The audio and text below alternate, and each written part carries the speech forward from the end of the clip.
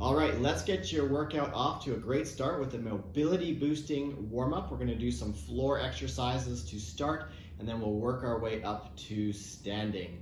If anything hurts in any of these drills, something doesn't feel quite right, make sure you don't do it. You wanna stay safe, you don't wanna get hurt.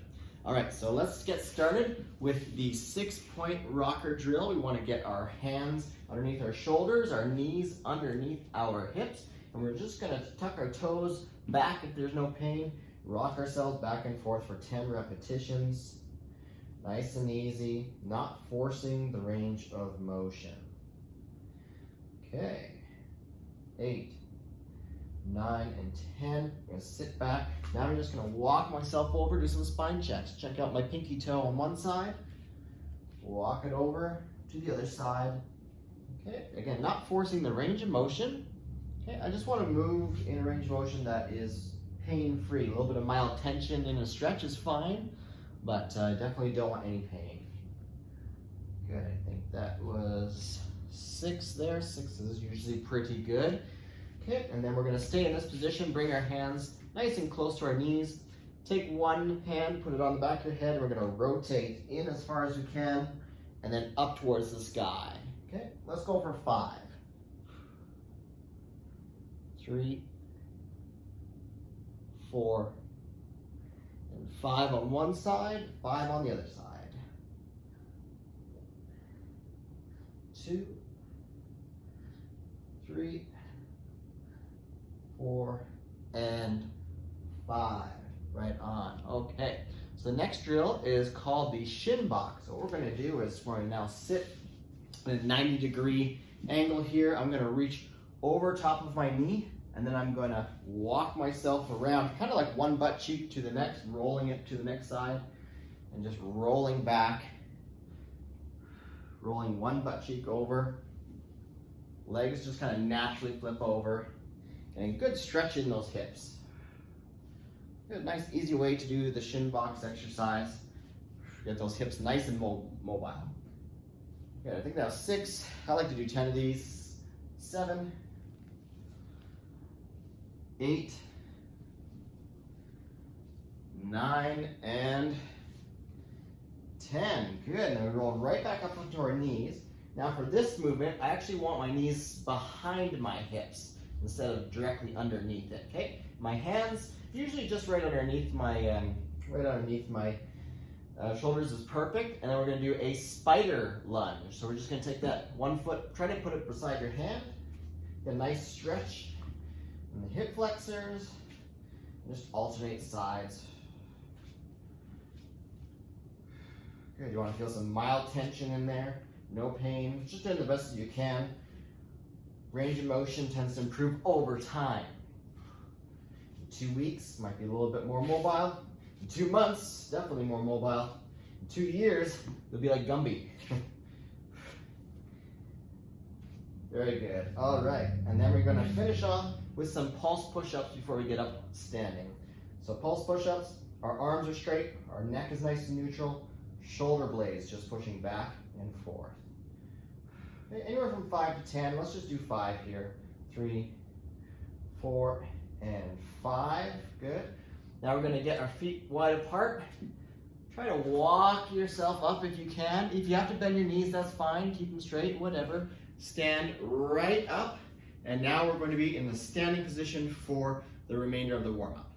All right, so the standing portion of the warm-up, I do recommend having a dowel, but if you don't have one, then you can make do without.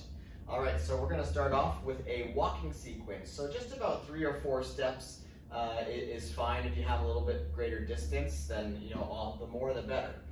All right, we're just going to step forward, and then you're going to just pop that heel off the ground, feel that squeeze in your butt cheek, and just pushing forward a little bit with the hip flexor. So a step, pop, so your butt is nice and tight, your hip flexor here is getting a nice stretch.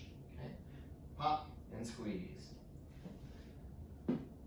Usually a couple of lengths is all you really need to get that warm up in.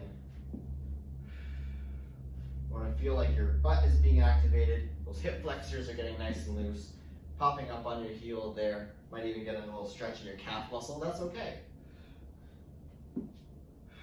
All right, so the next one we're going to do is the quad. So we're going to use this as a balance. Grab your right leg in your right hand if you can. Get a nice little stretch in front of your thigh. Step and switch.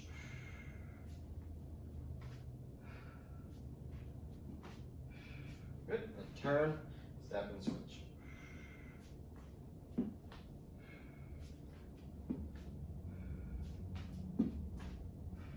All right, so the next one is called the step hinge.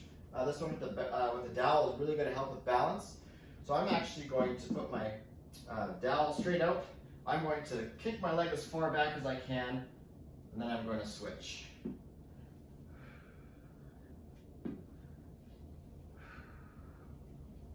Okay. Usually, if I've got my dowel in my left hand, it's my left leg that's kicking back, alternating as I go. Good, really getting a nice stretch out of the whole body, challenging the balance, getting the hamstring stretched out, lengthening the upper and lower body away. So lots of good dynamic stuff going on there. So the next one we're going to do is an overhead hurdle over. So just grab your dowel and put it straight up overhead. Pretend like there's a hurdle we got to step over. So up and over, both legs. We don't want to drag that back leg. Okay, you're going to go in the length of your room, or 5 meters, 2 meters, doesn't really matter. The idea is to get that body warmed up, and however much time it takes, some days take a little bit longer than others, that's okay. Good, nice hurdle overs. Good, balance it out by finishing off going this way. Very good, okay.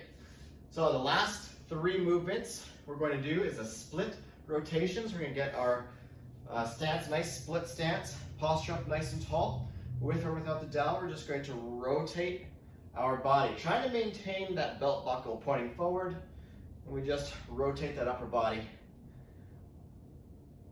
Nice and easy. Not forcing the range of motion, just doing what you can do. Maybe going a little bit deeper with each repetition if you can, but as long as there's no pain, you're good to go. Very good. About 10 reps on one side. I'm going to switch. About 10 reps on the other side. Remember, 5 to 10 reps for each. It's kind of a guideline. When you're warming up, it's important to think about your body and how it's doing and what it needs. Do you need more reps? Are you good to go? You get to decide, and you learn a little bit more about your body over time. All right, the next one we're going to do is a bent Y. So I'm going to make sure I'm hinged over. I don't want a rounded back. I want to make sure it's nice and flat. With that dowel or without, I'm just going to raise it overhead and back down.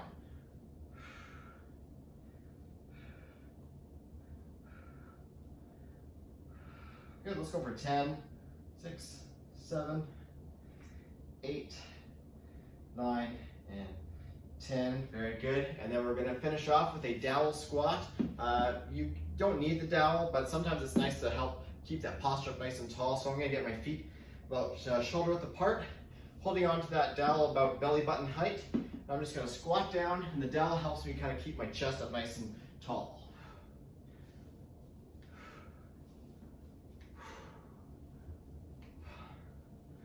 6, we're going for 10. 7, 8, 9, and 10. All right.